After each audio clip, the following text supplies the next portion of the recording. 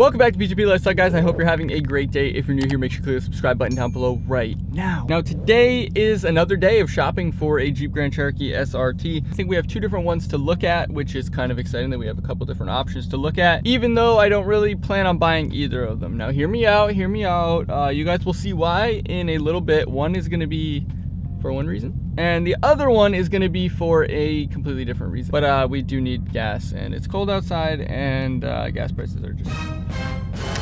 Anyways, we're just gonna go ahead and do it. So I will catch up with you guys in just a minute. We're down to $3.99 a gallon on the premium here. Let's go, we're under $4, baby. Actually, I'm saving money right now because it's only $3.99, $99.99 right now. So in a way, I'm under $4. Technically, I'm not paying for it. It's fine, it's fine. Thanks, Joe. Thanks, Joe. Now, it's kind of sad that I would classify this as a good week because normally it's probably around, no, I don't want no receipt, but normally it's probably around like $70-ish for just a single fill up per week, $70, $80 for a fill up. So that was only 20 minutes later. All right, so one option that we have here is a 2014 with 80,000 miles. Now this thing, look at this. It's clearly been sitting here for a while and it's very dirty. But yeah, it's got like 80,000 miles. So my chances of purchasing this is pretty much zero or pretty close to it. But I want to just look at a 2014 right now and just kind of see what the differences are. I do know a lot of the differences between that and like 2017 Plus, which is kind of what I'm looking for. Mainly this one obviously has some stuff done to it because it's already got a Borla exhaust on it. So see how that sounds, I guess. But yeah, we'll see what's gonna happen, I guess. But it's definitely got a lot of miles, so that's kind of where I'm at. This one is a 2014. You guys can see it's already got the little splitter already on here, so whoever owned it did some stuff to it. But like I said, it is a 2014, so the front end did get that front end like whole revamp in 2017, where this gets like shrunk down. These go away and they kind of just move down here instead of this.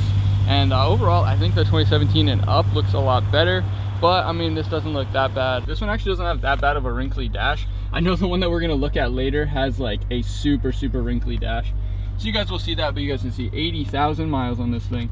But it does feel good to be sitting in a Jeep again because I do miss my Jeep in that way. You're paying 40 grand for this one and it's got like 80,000 miles. So it's kind of one of those things where it's kind of an iffy little thing. But yeah, so we'll see if we can take it for a test drive and just check it out. Nope. So yeah, unfortunately, like the management here is just kind of a big old L for that one. They don't want to test drive it, even though it's got 80,000 miles on it. That's a super, how are you gonna know if you want to buy it or not, you know? 80,000 miles on it, so it's one of those things. Like this happened to me before when I was trying to drive a Scat Pack Dodge Charger 2018 with like 30,000 miles. They didn't want to let me test drive it. And then I ended up buying the 2021 from someone else, so they kind of took an L on that one. But that is definitely one of those things that's like it doesn't make any sense to me, especially because I'm like making a video here and now it's just kind of like a big L, which just sucks because the sales guy here is really awesome. He sold me my Jeep back when I bought that. But yeah, they don't want to let me test drive it if I'm not going to buy it. And how am I going to know if I want to buy it? I haven't test drove it, so. So here's the 2018. You guys can, just 2016, not a 2018, but you guys can see the wrinkling on the dash, which is like super common, and it'll be hard to find one that doesn't have that. But I'll show you guys a bit more of that later. But you guys can see, I mean, it looks pretty good for being a 2016. It's really not that bad. I don't know what all this is going on here though. You got the speed on this thing. What is this? Speed warning, whatever that is. Okay. I think that's where I want to be. I don't know. But you guys can see it's got the older dash, which is one thing like I would want to upgrade, which is like 2,000 or so. So that's kind of sucky. This one does have decent carbon here. It doesn't look like it's peeling off anywhere. I'll check that a little bit more in the back. But 38,000 miles on this one, just about. It's actually only 37,799. So not even. You guys can see over here, we got this popping off nice, which is cool. You know, I don't know, they must have replaced this or something. But yeah, let's just go into our apps and see what the performance pages look like on the 2016. Obviously it's a 2016, so there's a lot of things that I would want that like the 2018 has and stuff that this one doesn't have. But you know, that's, like I said, something I can upgrade, and at least I would have the Jeep SRT in one way or another. So yeah, these are like super old looking in here compared to like the ones in my car, or even just the 2018. You guys can see super dated looking. But yeah, we'll go ahead and just go down here and pop it into sport for now, and then maybe we'll check out track in this. But let's go ahead and just take it for a spin. Does the SRT feel as quick as my car? Baby pop, baby pop. It's so much, it feels so big. Like this, I feel like my Jeep didn't feel this big, but it probably did. I just was used to it because I haven't driven a Jeep or anything in a while. But it feels good to be up in a Jeep again. It's so quiet though because it's not straight pipes like my Scat right now. That's tough. That would have to change, obviously. But it feels like fairly quick for being like a Jeep, you know? So that's good. But it sucks it's a 2016, so going to this little bridge here and just it's so quiet. I'm in a track mode, I guess. See if that opens it up a little bit more. It's still just so quiet, isn't it? Like it's just, but it's pretty quick for being like a SUV, so these bumps don't feel like anything. Like when I'm in my like Charger, everything is just the worst feeling ever. The brakes feel super like shit. Which these are Brembos still, just like mine, but they just the brakes just don't feel good.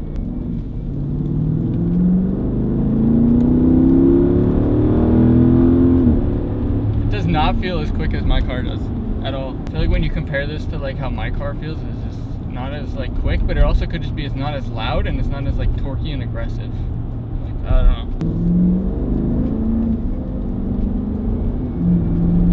I love the way the SRT Jeep feels. Oh my god.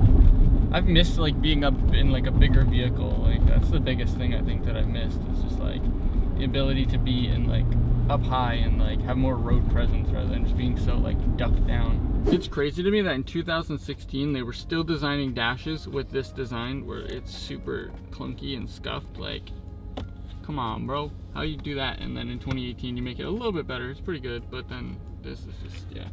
But you got your nice kind of updated interior a little bit, but it drives pretty decently, I guess. I mean, it doesn't have like a super amount of sound to it. I'll get a sound clip from the back, but if we pop it into track, it sounds pretty much the same. Yeah, I'll get a sound clip from the back here in just a second and see how it sounds on startup and all that kind of good stuff. But 2016, you know, it's decent. It's got this nice like suede upgraded interior all up here, all up through the roof, and of course it's got this baby here. But yeah, that's cool. I've never had like one of those in one of my cars, so let's check it out from the outside and see what we have here, because the color's good. You know, it's got some things to it that could definitely need some fixing and whatnot. But down here looks kind of, I don't know what's on that, it's like dirty, but yeah, the brakes feel fairly loose, which is a little bit weird to me. But I love this color. This is like that gray color. It's like what I had on when I had my Silverado. It was like this kind of color, and I love this color, this like gray, gunmetal gray color.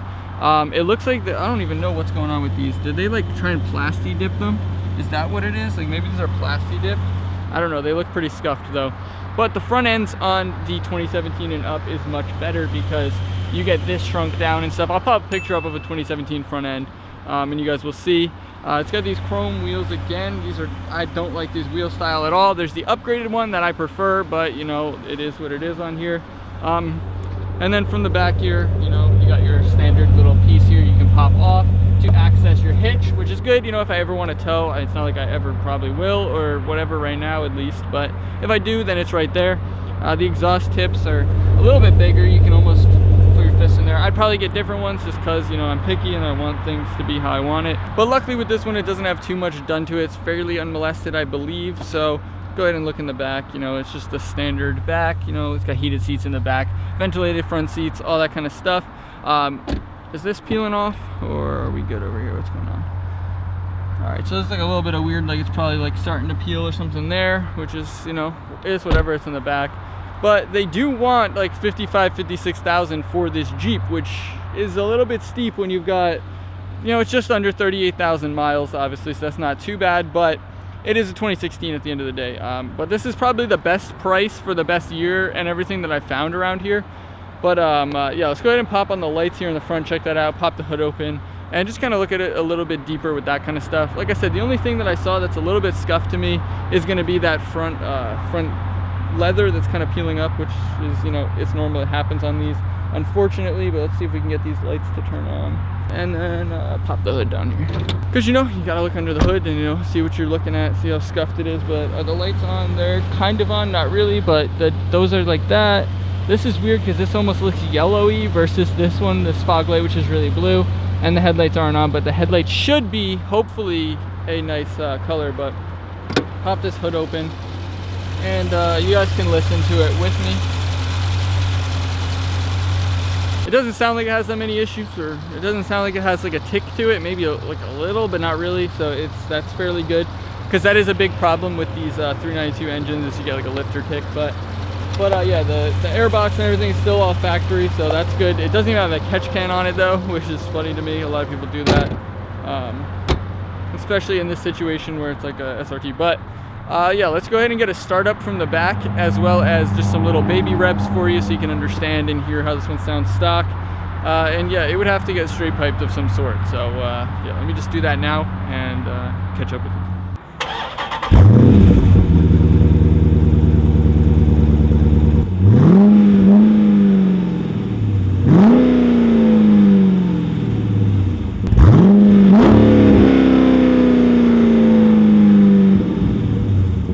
So I don't know if there's much of a difference. I'm gonna try and listen from the back here with you guys, and we're gonna do sport and then track and see if we can hear a difference. And hopefully maybe there is, but I want to look underneath too, obviously. But when I look underneath, I'll see if there's valves. I'm pretty sure they have valves in the 2016.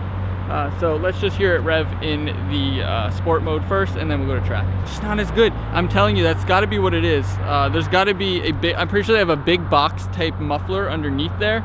So let me go under there and just look, you know. I'm not really dressed to crawl under the car, but right there you guys can see it's just like on the other one. So basically I think if you remove that big box muffler resonator thing going on there, you'll get a lot more throaty noise.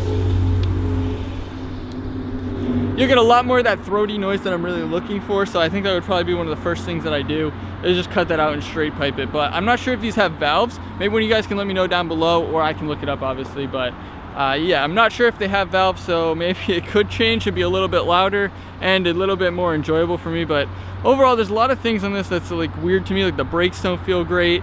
It looks fairly dirty. Doesn't look like they did too much to clean it up and stuff. But I do love the color, and let me know what you guys think about doing a 2016. You think it's worth it with this one? Obviously everything is overpriced, and you guys are gonna say this one's way overpriced, because there is some in like random places like New York and New Jersey have a lot of SRTs like 2018 and up for way cheaper, but the engine miles on those is like insane. So even though it has like 30,000 miles, driving in the city and stuff like that, it puts so much strain on these 392 engines. So I'm a little wary of that. So there's like none around me. There's like three. The two that I checked out today, and like a 2020 for like 70,000. So it's kind of where I'm at right now, is looking into this one. And you know, I don't know. Let me know what you guys think down below. DM me on Instagram, or just comment down below, obviously, because that's the best way to do it probably. But we're gonna go ahead and check this one out a little bit more, drive it a little bit more, and see if we enjoy it. But I do love the SRT, man. I want one. I do. I'm like ready to make the switch, trade the Scat Pack, and get a nice SRT Jeep. So let me know what you guys think, and catch up with you guys just a minute again. I keep saying it, just a minute.